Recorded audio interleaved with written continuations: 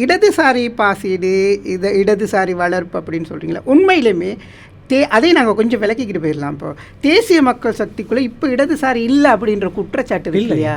அதாவது என்னை உங்களுக்கு அறிமுகப்படுத்தணுமா இருந்தால் நான் இடதுசாரி பாசறையில் ஒரு நபராக சொல்கிறீங்க வளர்ந்தவன். ஆனால் இந்த இருக்கக்கூடிய இந்த அரசியல் கட்டமைப்பு என்பது வேறு.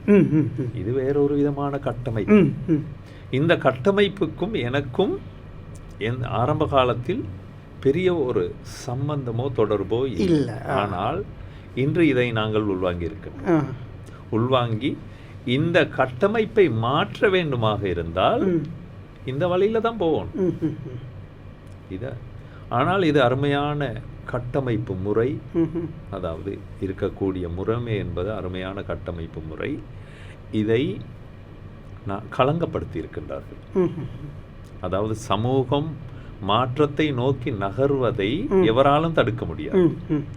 இப்போ அவ்வாறாக இருக்கின்ற பொழுது ஒரு வருடம் இந்த அரசாங்கம் ஆட்சி பீடமேறி கிட்டத்தட்ட ஒரு வருடமாக இருக்கின்ற பொழுது எதிர்கட்சிகள் அரசாங்கம் சம்பந்தமாக முன்வைத்த குற்றச்சாட்டுகள் ஒன்று அதாவது தேர்தலுக்கு முந்தைய காலத்தில் பல்வேறான குற்றச்சாட்டுகளை முன்வைத்தார்கள். அதன் பிறகு அவர்கள் முன்வைத்த குற்றச்சாட்டு தான் 6 மாசத்துக்கு கூட இந்த அரசாங்கம் போகாது.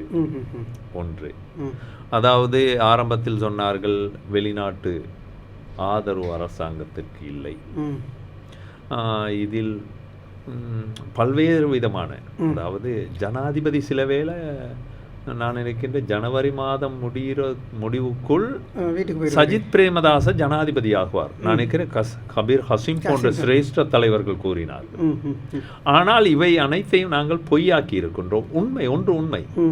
அதாவது இந்த நாட்டின் கலாச்சாரத்தை, சிஸ்டத்தை மாற்றி இருக்கின்றோம். அதற்கான ஆணை மக்கள் வழங்கி இருக்கின்றார்கள். அந்த ஆணையை, அதாவது எங்களுடைய இலங்கையின் ஜனாதிபதியான அனுரகுமார திசாநாயக்க முதல் நாங்கள் வரைக்கும் மதிக்கின்றோம். அதற்கு முன்னுரிமை கொடுப்போம்.